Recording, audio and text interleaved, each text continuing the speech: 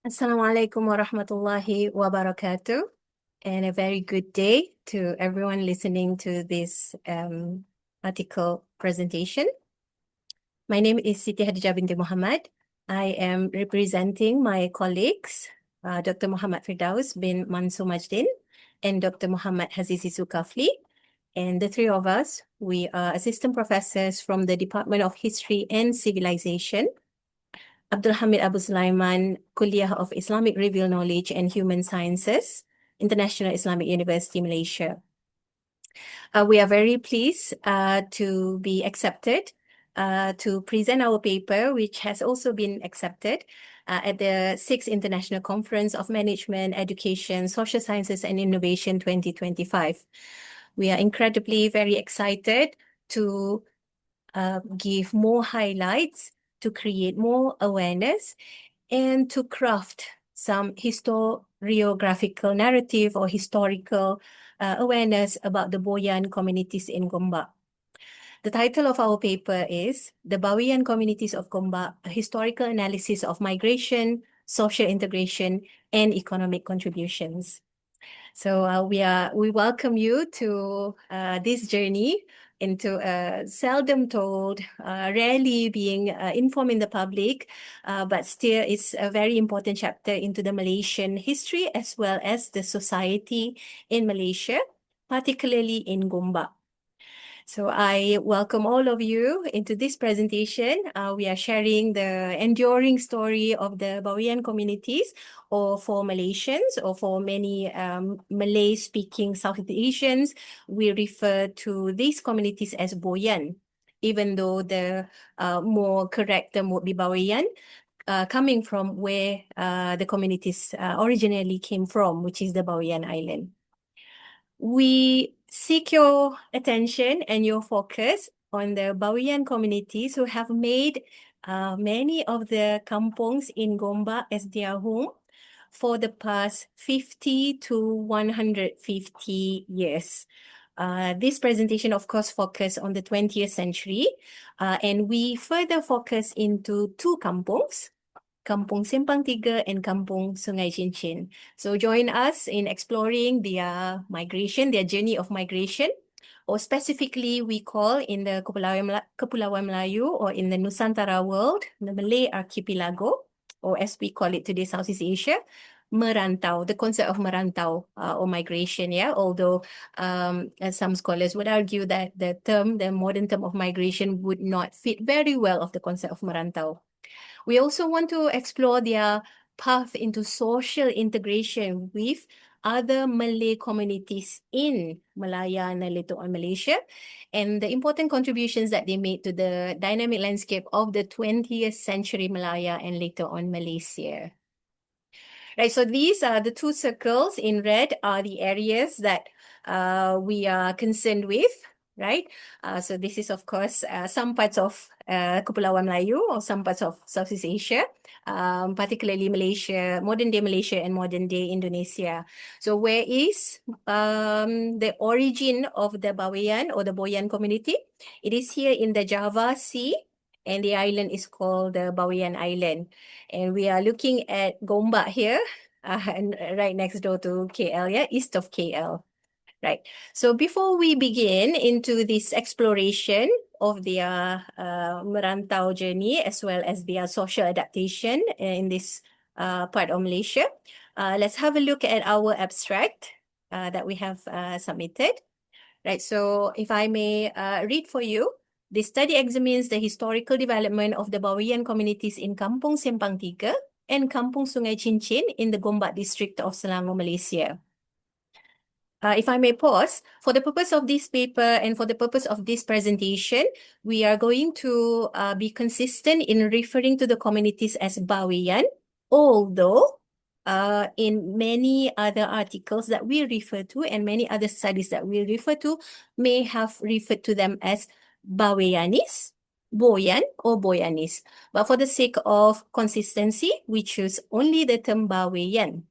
The same goes for the name of Kampung Sungai Cincin. So it is spelled out quite in various ways, yeah, Chin, Chin, Chin. And in other documents, it is only spelled out as Cin. So for the sake of consistency, this paper chooses the letter spelling or the letter Cin. So if I may continue with the abstract, we are here.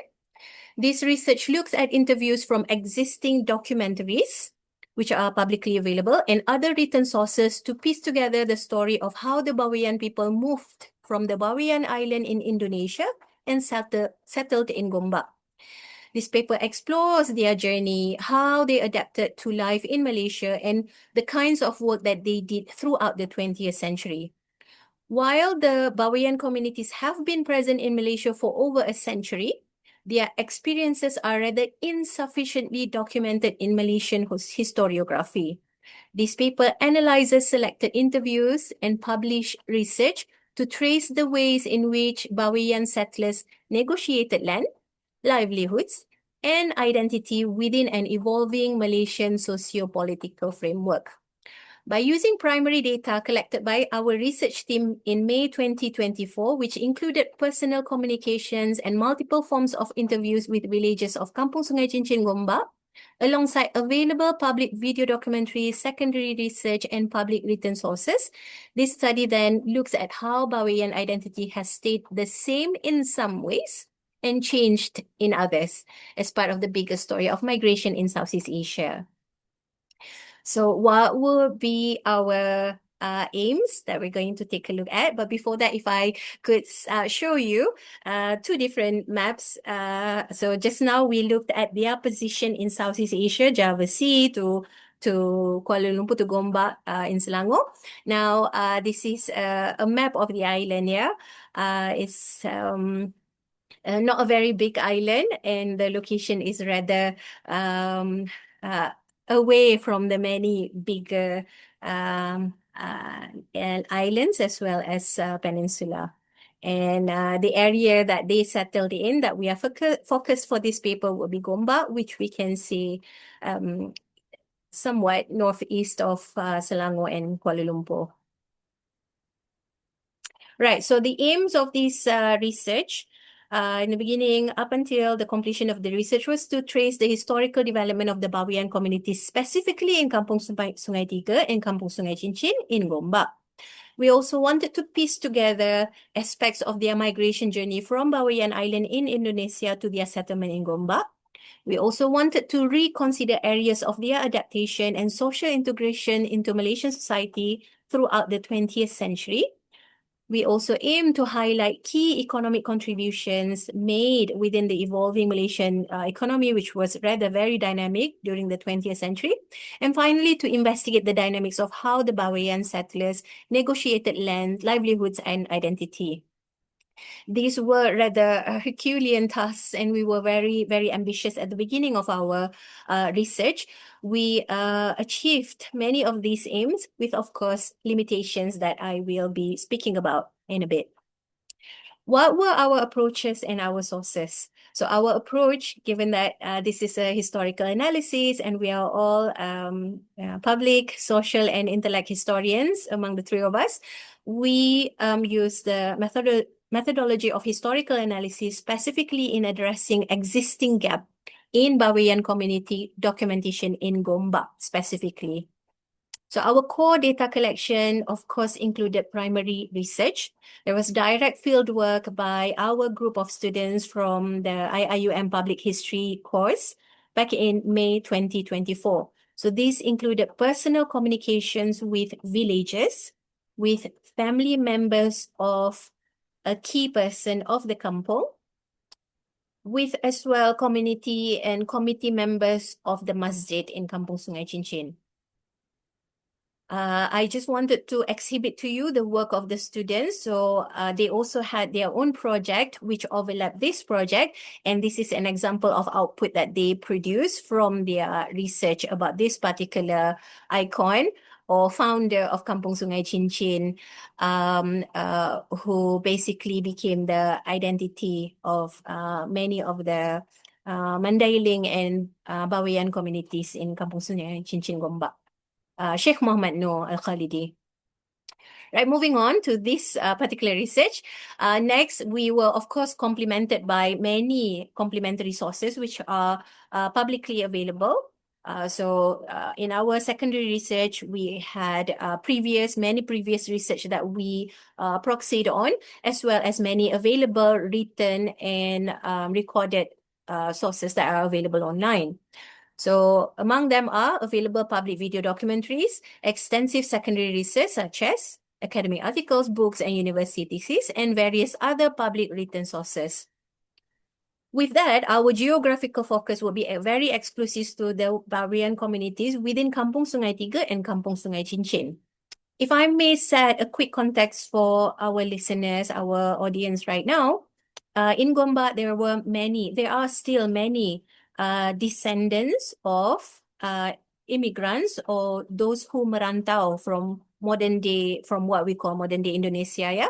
So among these groups are Minangkabau, Minang people. We have Mandailing. We have the Bawean. We also have Javanese and Bugis. But for the purpose of this paper, we only focus on the Bawean communities in these two particular kampungs. And our analytical goal was to reconstruct their migration, understand their adaptation, and identify their economic contributions, building a clearer historical picture. Right, so the research gap that we also identified earlier on was that their experiences in Malaysia are not at all very sufficiently documented. We focus on larger ethnic groups such as Minang, Mandailing, Javanese, Bugis. Often we overlook smaller migrant communities. So among them would be the Bawean communities.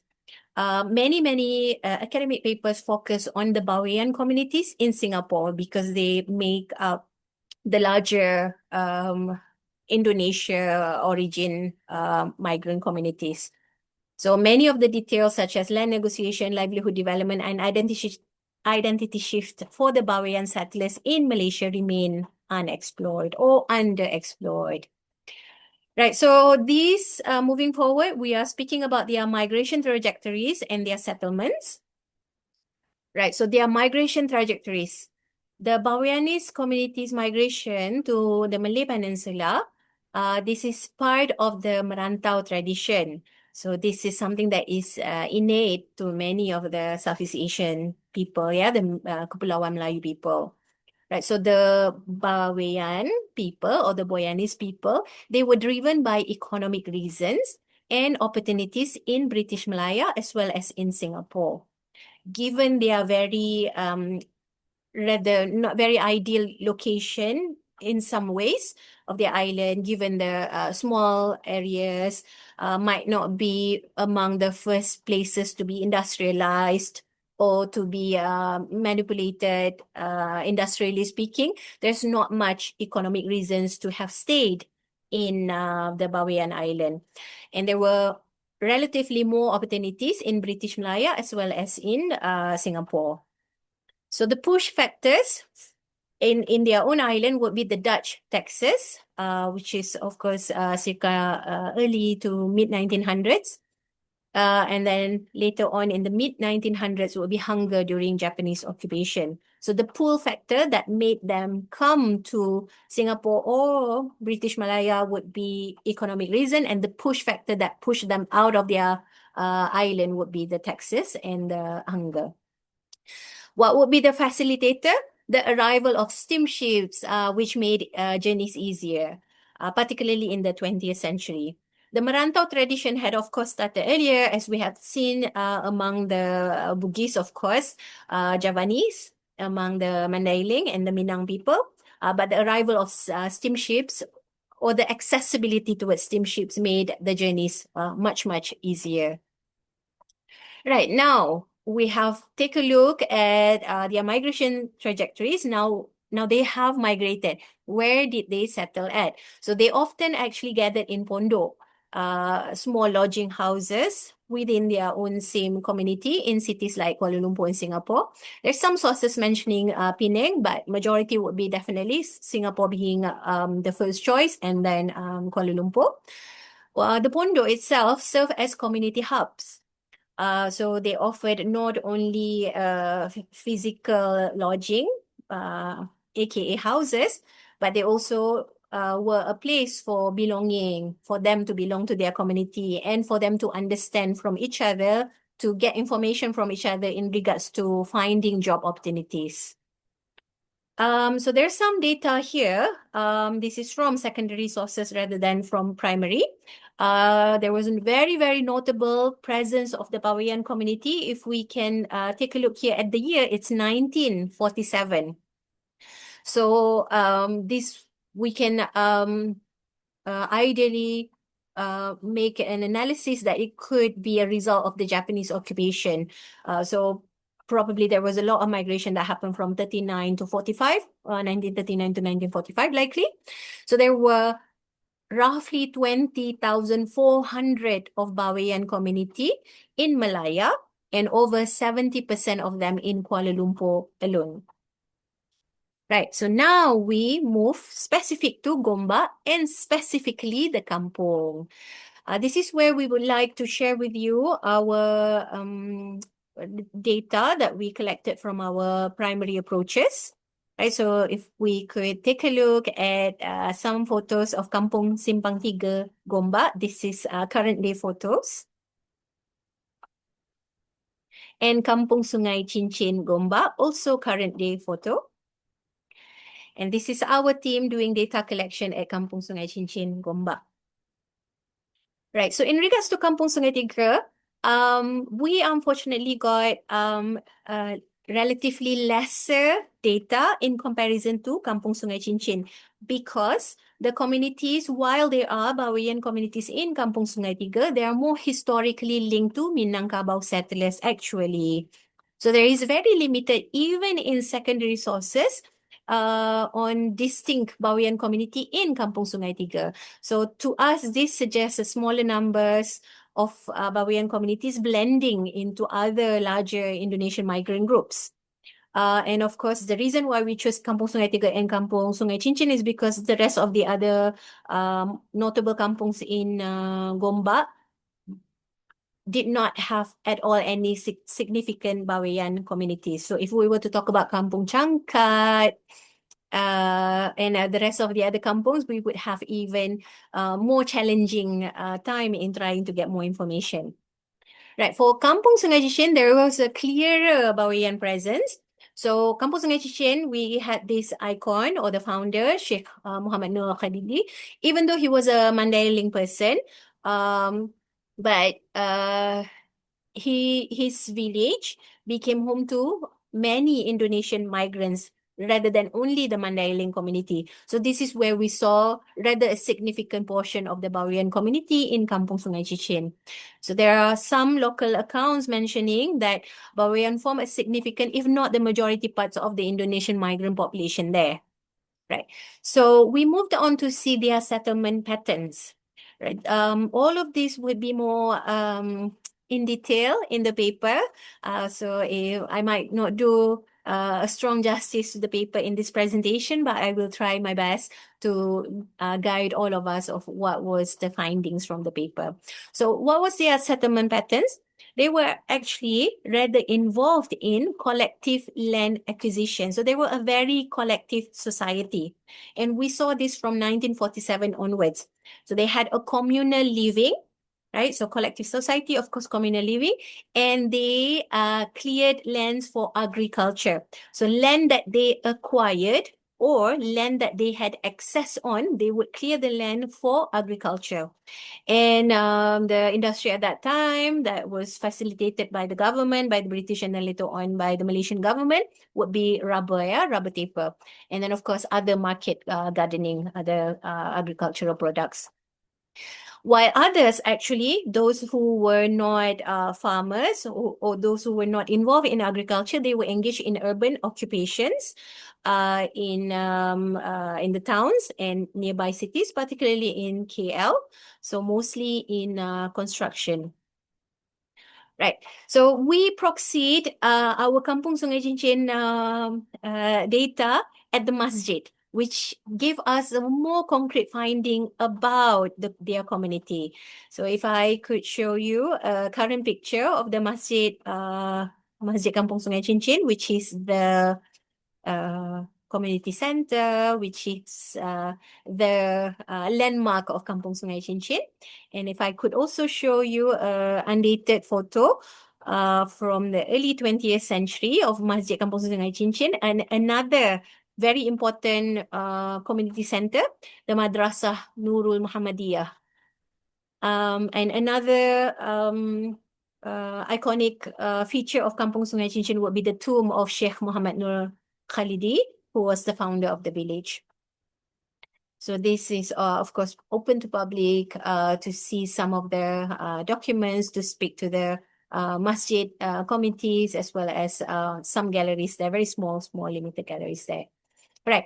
So now the masjid become like the nucleus in shaping the pattern of the settlement. So the masjid that we saw and we approached, and when we met the community leaders as well as the descendants of the sheikh, these data were consistent with early Bawean diasporic tradition. So they were centering around mosque, which is not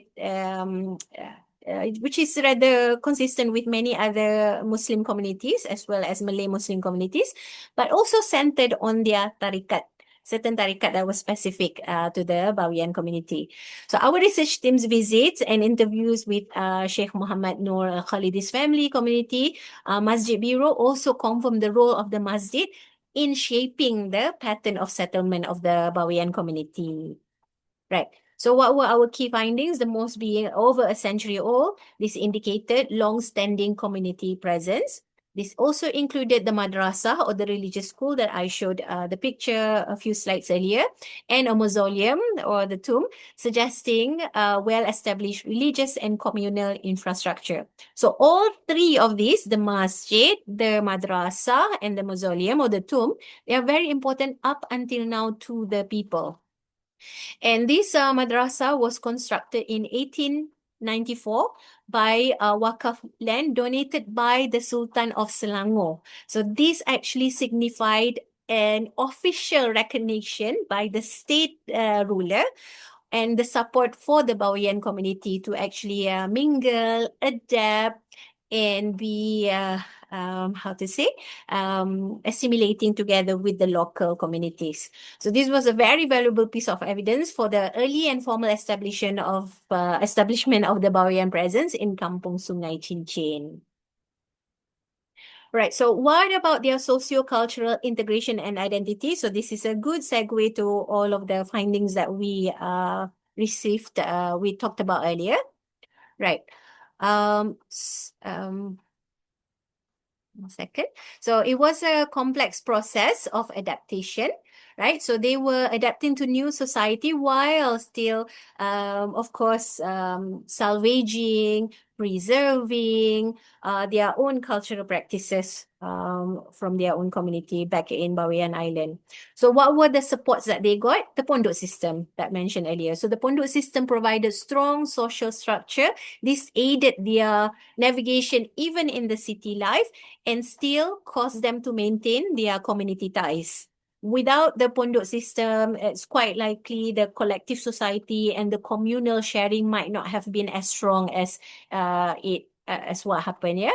So among integration factors that further fostered this social integration would be with the local people would be economic considerations, in which local would be hiring them to work for them, such as elite Malays or Malay communities which have lands, or Malay communities that have businesses would be hiring them. So there is that economic consideration. And we also shared similar Islamic faith and similar, if not identical, similar cultural practices.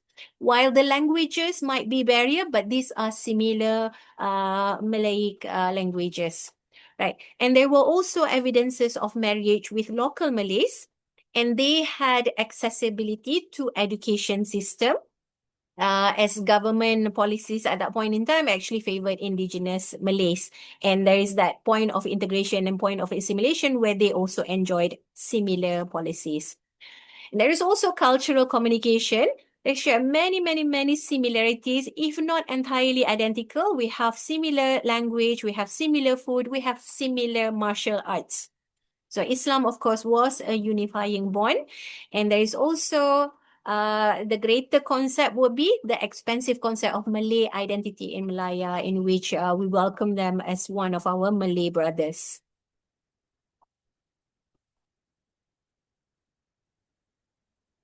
Next, while there is social integration with the local people in Malaya, there was, of course, still persistence of the Bawean identity. So integration did not at all mean complete abandonment of their heritage.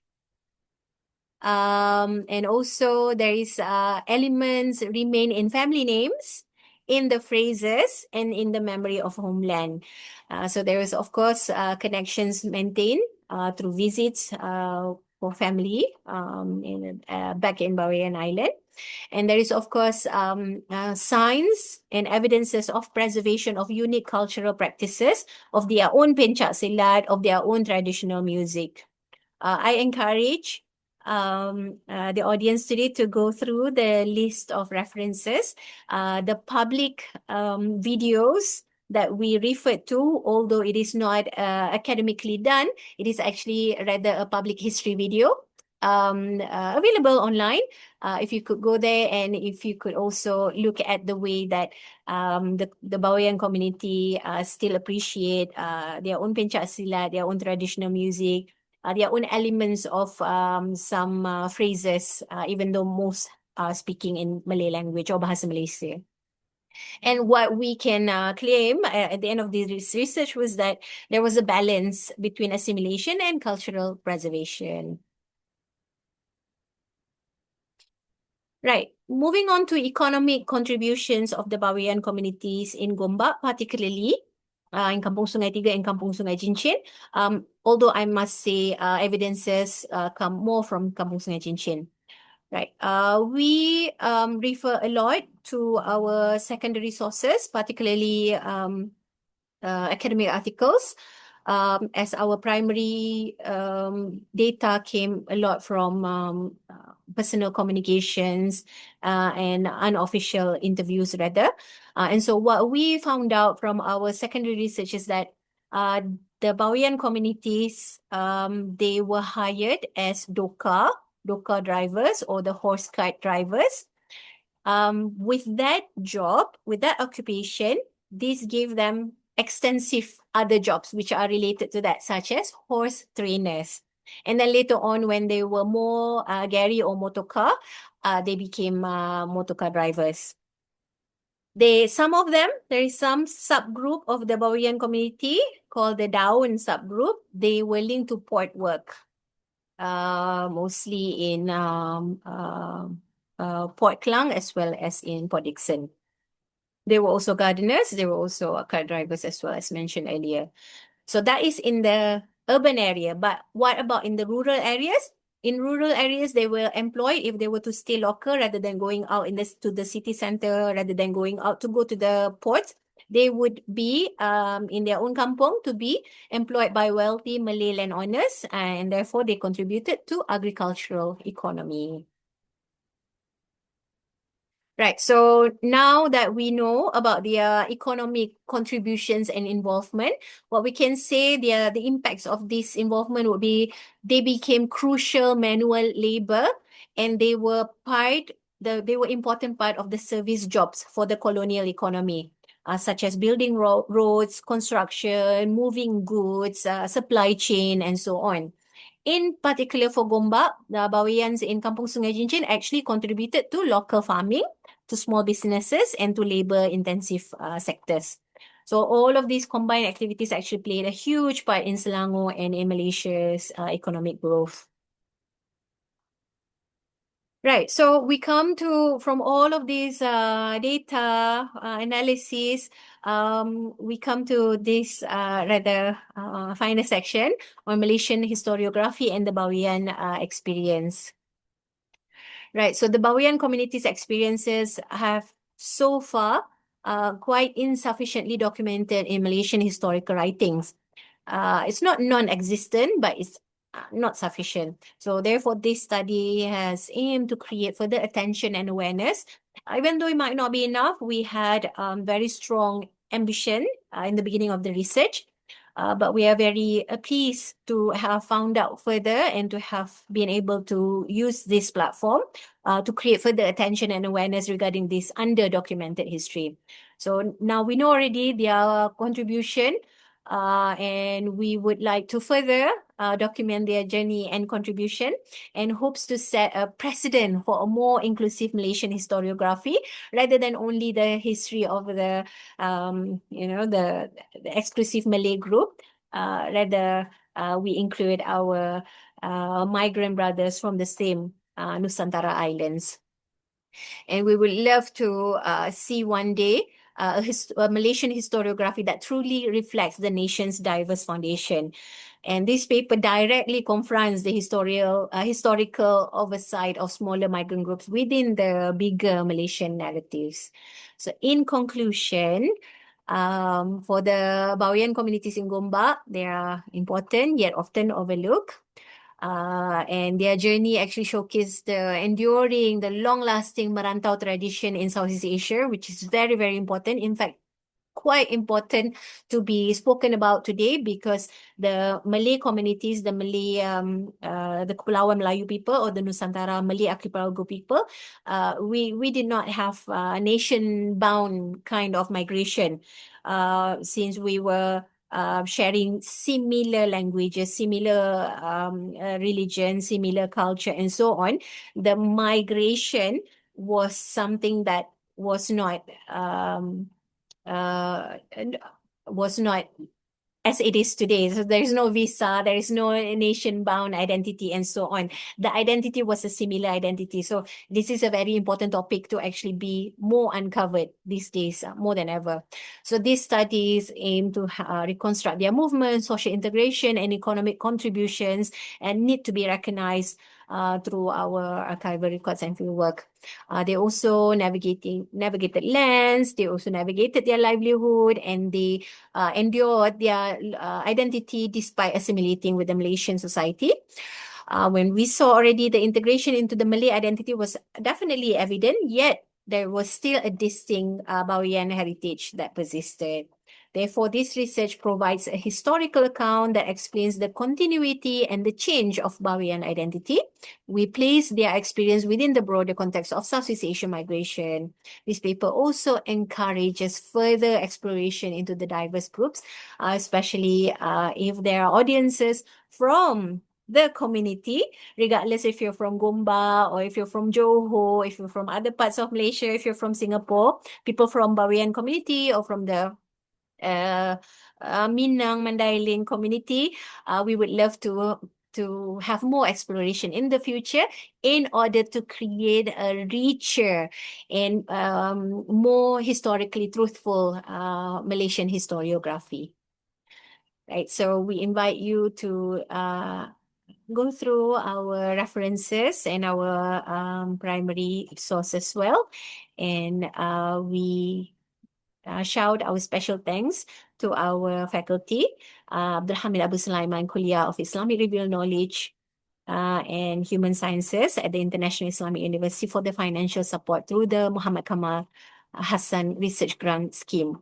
We also thank our students of all of the primary work done under this scheme of synergized academic activities with the public history course. And with that, I represent myself, Dr. Muhammad Firdaus, and Dr. Muhammad Hazizi. We thank you very much, and we look forward to have more intellectual discourse and discussion about this. Thank you very much. Assalamualaikum warahmatullahi wabarakatuh, and have a good day. Thank you.